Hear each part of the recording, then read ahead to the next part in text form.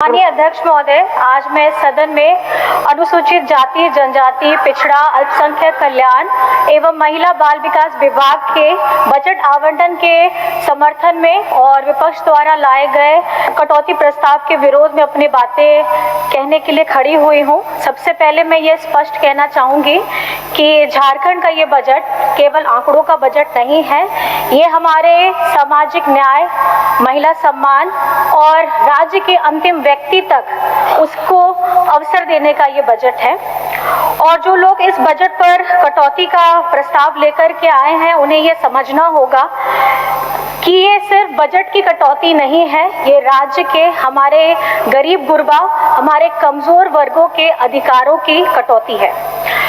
इस बजट में अध्यक्ष महोदय, मुख्यमंत्री महिला सम्मान योजना के तहत 14,065 करोड़ रुपए का प्रावधान किया गया है और इसके अतिरिक्त कुल मिलाकर के 34,000 करोड़ का आवंटन किया है, जो नारी शक्ति के सशक्तिकरण के लिए किया जाएगा। ये निर्णय ही बताता है कि सरकार की प्राथमिकता क्या है। अध्यक्ष महोदय, निर्णय लेने वाले पर निर्भर करता है कि वह बड़े उद्योगपतियों के बड़े बड़े कर्जों को राहत देकर के प्राथमिकता देते हैं कि राज्य की महिलाओं बहनों को उनके खातों में करोड़ों रुपए ट्रांसफर करके देते हैं। सरकार का ये साफ फैसला है कि झारखंड खास करके पहली बार हमारी आधी आबादी के लिए इतना संवेदनशील कार्यक्रम और योजना लेकर के आई है, जो धरातल पे मौजूद है और इसका लाभ भी सारी महिलाओं को मिल भी रहा है। अध्यक्ष महोदय, ये सिर्फ एक योजना नहीं है, ये हमारे झारखंड के हर एक व्यक्ति को संदेश है कि झारखंड की महिलाएं अब सिर्फ बेनिफिशियरी या लाभार्थी नहीं है, ये अब राज्य के विकास के लिए कदम से कदम मिलाकर के आगे बढ़ रही हैं। अध्यक्ष महोदय, महिला होने के साथ मेरे यहाँ पे सब साथी, महिला साथी भी हैं, वे सब भी जानती है कि अगर महिला के हाथ में पैसा आता है तो वो उसका खुद का पैसा नहीं होता है, वो पैसा वो पूरे परिवार के लिए होता है।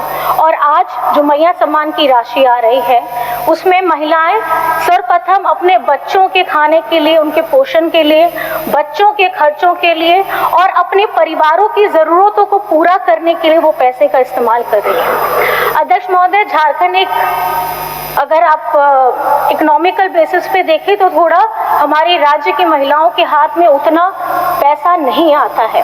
2500 रुपए शायद यहाँ बैठे हम लोग जितने विधायक हैं या जितने कर्मचारी पदाधिकारी हैं, उनके लिए 2500 रुपए ज्यादा मायने नहीं रखता होगा, लेकिन झारखंड के अंदर जो जंगल है, पहाड़ है, गांव है, उन महिलाओं के हाथों में या उनके अकाउंट में जब 2500 रुपए का नोटिफिकेशन आता है या वो 2500 रुपए अपने हाथों में लेते हैं तो उनकी आंखों में एक चमक रहती है। अध्यक्ष महोदय, और जब ये योजना चल रही थी तो बहुत सारे लोगों ने ये भी कहा था कि ये फिजूल खर्ची होने वाली है, महिलाएं अपने व्यक्तिगत सजने संवरने के लिए इस्तेमाल करेंगी। लेकिन मैं ये समझती हूँ, जो लोग इस तरीके की सोच रखते हैं, उन्होंने शायद कभी भी अपनी माँ के, जब माँ अपने किसी भी निर्णय की प्रक्रिया लेती है या वो अपने बच्चों के लिए त्याग करती है, तो उसकी जो संवेदना होती है उसको समझने का कभी प्रयास नहीं किया है। अध्यक्ष महोदय, सच्चाई ये है समाज की,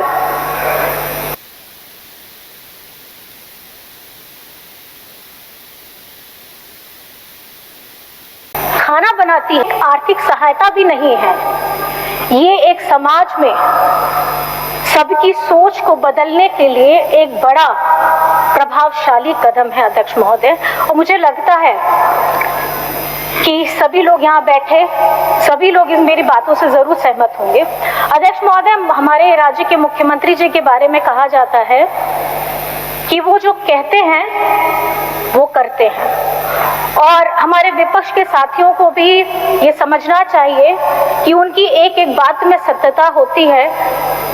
और आपकी पार्टी ने, चाहे वो देश की किसी भी राज्य में हो, महिलाओं के लिए चाहे 1000 रुपये हो, 1500 हो, 2100 हो, 2500 हो, आपने जितने भी वादे किए हैं किसी भी राज्य में आप लोगों ने पूरे नहीं किए हैं। और आपके ये जो वादे हैं ये एक टाइम पीरियड फ्रेम के लिए रहते हैं, चुनाव का समय आता है, वादे आते हैं, महिलाओं की शक्ति का प्रदर्शन होता है, महिलाओं की शक्ति का आशीर्वाद लेने की बात होती है। लेकिन आजकल सिर्फ झारखंड की नहीं, देश की महिलाओं को भी ये पता है, जब 50% की आबादी में हम हैं तो आपके हर एक हक अधिकार की बराबरी में भी हम ही हैं। और मुझे लगता है कि अगर किसी को ये परेशानी होती है कि 2500 रुपये आज झारखंड की महिलाओं को दिया जाता है, अभी अगस्त में फिर 2 साल पूरे भी होंगे। झारखंड एक ऐसा राज्य है अध्यक्ष महोदय जिसने अपने संसाधनों से जुटा करके झारखंड की मैया को जो पहले 1000 रुपया था उसको बढ़ा करके 2500 रुपये देने का काम किया है। और आज हम गर्व से कहते हैं अध्यक्ष महोदय, हमारे राज्य की इस पॉलिसी को देख करके देश के दूसरे राज्यों में भी इसकी प्रशंसा की जाती है और इसका अनुकरण किया जाता है। आज जब हम महिलाओं की बात करते हैं अध्यक्ष महोदय, तो जब हम स्कूली हमारी बच्चियों के किशोरियों के पास में आए तो सबसे पहले उन्हें सशक्त कराना बहुत ज़्यादा ज़रूरी है। और हमारे राज्य में जो सभी को पता है सावित्रीबाई फूले किशोरी समृद्धि योजना चल रही है। ये योजना सिर्फ आर्थिक सहायता नहीं है, कोई मॉनेटरी वैल्यूज के साथ साथ मैं ये बताना चाहती हूँ एक किशोरी बच्ची के अंदर में आत्मविश्वास पैदा करना, उसके मानसिक रूप से शिक्षा के लिए उसे प्रेरित करना और शारीरिक रूप से वो मजबूत रहे, ये इस योजना का असली मकसद है अध्यक्ष महोदय। और इस माध्यम से, इस योजना के माध्यम से हम बाल विवाह की रोकथाम को रोकने का काम करते हैं, आत्मनिर्भर उन्हें बनाने का काम करते हैं और जो किशोरी बच्चियां अपनी शिक्षा के लिए और ज़्यादा मेहनत करें और ज़्यादा प्रोत्साहित हो, ये उसके लिए कार्यक्रम है।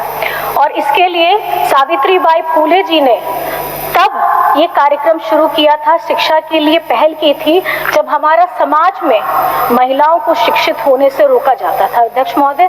आज उन्हीं की प्रेरणा से हम हमारी बच्चियों को किशोरी समृद्धि योजना के साथ जोड़ रहे हैं और उन्हें आगे बढ़ा रहे हैं। ये जो बजट है, ये बजट सिर्फ आज का बजट नहीं है, ये हमारे आने वाले हमारी पीढ़ियों का बजट है। और हमारे बच्चों के बाल के कल्याण और विकास के लिए राज्य सरकार 11,000 करोड़ का बजट आवंटन किया है। कुल बजट में से महिलाओं की जो हिस्सेदारी है वो 34% है और बच्चों की जो हिस्सेदारी है वो लगभग 11% है। ये बताता है कि सरकार भविष्य के नींव को मजबूत करने का काम कर रही है। अध्यक्ष महोदय, हमारे राज्य ने वह समय भी देखा है जब पेंशन के लिए एक लंबी कतार लगी रहती थी और लोगों को वर्षों का इंतजार करना पड़ता था। पेंशन कौन ले रहा है? पेंशन हमारे बड़े बुजुर्ग, माता, हमारी चाची, हमारी दादी, हमारी नानी, हमारे चाचा जी, दादाजी, नाना जी, ये लोग लेते थे। उस समय का दौर था जब इन्होंने 18-19 साल सत्ता में रहे और 18-19 वर्ष में इन्होंने सिर्फ 12 लाख लोगों को पेंशन से जोड़ा। और जैसे हमारे मंगल कालंदी जी भी बता रहे थे कि लिस्टिंग में ऐसा नाम होता था कि जब 2 लोग हैं, ये जिंदा है, जब ये हटेंगे तो तीसरा का नाम आएगा, ये परिस्थिति होती थी। लेकिन हमारी अबुआ सरकार ने 5 से 6 वर्षों में, मैं हर्ष के साथ आपको बताना चाहूंगी अध्यक्ष महोदय, 34 लाख लोगों को जोड़ने का काम किया है और उनके हाथ में, उनके घर में जाकर के उनको पेंशन देने का काम किया है। क्योंकि ये सरकार यहाँ रांची से नहीं चलती है अध्यक्ष महोदय, ये हमारे गांव से सरकार चलती है। अगर आप तुलना करेंगे 19 बनाम 5 वर्ष तो आपको तुलनात्मक दिख जाएगा। यहाँ है 12 लाख इन्होंने जोड़ा है और हम सिर्फ 5 से 6 वर्षों में हम लोगों ने 34 लाख जोड़ा है, जो बहुत बड़ा नंबर है अध्यक्ष महोदय। आज इस बजट में सर्वजन पेंशन के लिए 3500 करोड़ से अधिक का आवंटन किया है। अन्य पेंशन योजनाओं के लिए 1500 से करोड़ रुपए का प्रावधान किया गया है। माननीय अध्यक्ष महोदय, महिला बाल विकास के क्षेत्र में भी सरकार लगातार काम कर रही है। आंगनबाड़ी भवन निर्माण के लिए 175 करोड़ रुपए का काम आवंटन किया गया है। आदिम जनजाति क्षेत्रों में लगभग 500 आंगनबाड़ी केंद्रों के लिए 55 करोड़ रुपए का प्रावधान किया है और बच्चों के लिए उनके पोषण के लिए 800 करोड़ रुपए से अधिक का आवंटन किया गया है। माननीय अध्यक्ष महोदय, अनुसूचित जाति जनजाति हमारा पिछड़ा अल्पसंख्यक कल्याण के माध्यम से समाज के अंतिम व्यक्ति तक को ये सुविधा पहुंचाने का काम किया जा रहा है। हमारा पहला है मरांग गोम के पारदेशीय छात्रवृत्ति, मुख्यमंत्री रोजगार सृजन योजना, सरना मसना कब्रिस्तान घेराबंदी, ढोल नगाड़ा मांदड़ जैसे पारंपरिक वाद्य यंत्रों की आपूर्ति। ये केवल योजनाएं नहीं है अध्यक्ष महोदय, ये हमारे झारखंड की अस्मिता, हमारे संस्कृति की रक्षा करने का संकल्प है। अध्यक्ष महोदय, जब हम सामाजिक न्याय की बात करते हैं तो शिक्षा हमारा सबसे बड़ा माध्यम है और राज्य सरकार द्वारा विभिन्न छात्रवृत्ति योजनाओं के माध्यम से लाखों बच्चों को सहायता दी जा रही है।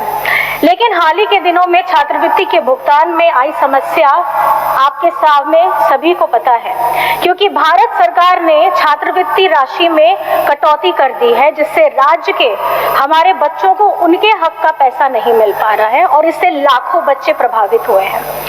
और कुछ दिन पहले मैं माननीय मंत्री जी का एक वक्तव्य भी सुन रही थी, तब उन्होंने ये कहा था कि अब हम इससे संबंधित नियमावली में संशोधन कर रहे हैं। अध्यक्ष महोदय, राज्य सरकार अब यही निश्चय उन्होंने लिया है कि भारत सरकार पैसा दे या ना दे, हमारी जितनी क्षमता है हम अपने बच्चों को उनके लिए संसाधन जुटाएंगे। अध्यक्ष महोदय, मेरे पास में कुछ डेटा शीट्स हैं जो मैं आपके समक्ष प्रस्तुत करना चाहती हूँ। पिछड़ा वर्ग पोस्ट मैट्रिक का 2023 और 24 में इसका डिमांड था 271 करोड़, लेकिन हमें मिलता है 77 करोड़। 2024 और 25 में हमारा डिमांड था 253 करोड़, हमें मिलता है 33 करोड़। 2025 और 26 में 371 करोड़, लेकिन हमें मिलता है नो रिलीज। पिछला वर्ग प्री मैट्रिक का 2023 और 24 में हमारा डिमांड था 68 करोड़, हमें मिलता है 7 करोड़। 2024 और 25 में था 66 करोड़, मिलता है 13 करोड़। 2025 और 26 में ये 46 करोड़ था, मिलता है 4 करोड़। अध्यक्ष महोदय, अगर हम डिमांड 3 डिजिट का रखते हैं हमें मिलता है डबल डिजिट, अगर हम डबल डिजिट रखते हैं तो हमें मिलता है सिंगल डिजिट। और अगर आप देख सकते हैं ये झारखंड में ये पहली बार नहीं हुआ है। केंद्र सरकार ने बार बार झारखंड के साथ भेदभाव किया है और हमारे झारखंड के लोगों की हमेशा से उनको तिरस्कृत किया है। ये पहली बार नहीं है, क्योंकि जब आवास का पैसा आना था वो आज तक पैसा नहीं आया और उसी के बिना पर राज्य सरकार ने अबुआ आवास लाने का काम किया। जब हम लोगों ने बैंक ऋण में जब बाधा आई तब हमने सीएम ईजीपी लाने का काम किया। जब इन्होंने पेंशन रुकवाई और पेंशन के लिए लंबी कतार खड़ी रखी तब हमारी राज्य सरकार ने सर्वजन पेंशन योजना की योजना लेकर के आई। इसका स्पष्ट सामने में प्रस्तुत है कि अगर सामने में ये हमें सिर्फ समस्याएं दे सकते हैं लेकिन ये समाधान कभी हमें दे नहीं सकते। ये समाधान देने का काम झारखंड सरकार के लोग, हमारे माननीय मुख्यमंत्री, वित्त मंत्री, पूरा मंत्रिमंडल साथ में खड़ा है, क्योंकि ये राज्य के लोगों की बात है। अध्यक्ष महोदय, हमारी सरकार ना डरती है, ना झुकती है, ना किसी के रोड़े अटकाने से अटकती है। हमारी सरकार हमारी जनता का समर्थन लेकर के निरंतर आगे बढ़ती है। अध्यक्ष महोदय, जब मैंने अभी कहा कि शिक्षा हमारे लिए सबसे मजबूत आयाम है और ये वही शक्ति है जिससे समाज का कोई भी व्यक्ति गरीबी और पिछड़ेपन से बाहर निकल सकता है। और इसी सोच के साथ हमारी सरकार ने मरांग गोम के स्कॉलरशिप योजना लेकर के आई और इस योजना के तहत झारखंड के गरीब गुरबा दलित पिछड़ा अल्पसंख्यक के बच्चे आज देश में नहीं विदेश में पढ़ रहे हैं। और आपको इसकी जानकारी सुन के बहुत हर्ष होगा अध्यक्ष महोदय कि 100 वर्षों से 100 बच्चों से अधिक हमारे बच्चे विदेशों के विश्वविद्यालयों में अपनी शिक्षा ग्रहण कर चुके हैं। और ये शिक्षा पाना आप अध्यक्ष महोदय उन बच्चों से समझ सकते हैं जिस बच्चों ने कभी हमारे देश के बड़े बड़े विश्वविद्यालयों में पढ़ने का सपना नहीं देखा था। किसी ने ये नहीं सोचा था कि मैं विदेश में जाकर के अपनी डिग्री कंप्लीट करूंगा। आज गांव में रहने वाला वो बच्चा, उसके सपने आज सब साकार हो रहे हैं और विदेश में जाकर के वो अपने विद्या को ग्रहण कर रहे हैं।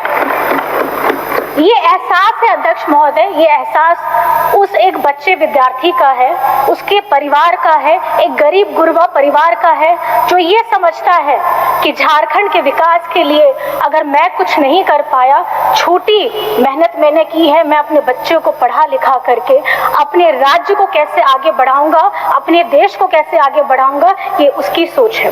अध्यक्ष महोदय, इस योजना के माध्यम से ट्यूशन फीस, उसके रहने का खर्च, उसकी यात्रा का व्यय और उसके अतिरिक्त खर्च भी सरकार द्वारा वहन किए जाते हैं ताकि उसका पूरा ध्यान उसकी पढ़ाई में, ज्ञान में और उसकी एक्सीलेंस में केंद्रित रहे अध्यक्ष महोदय।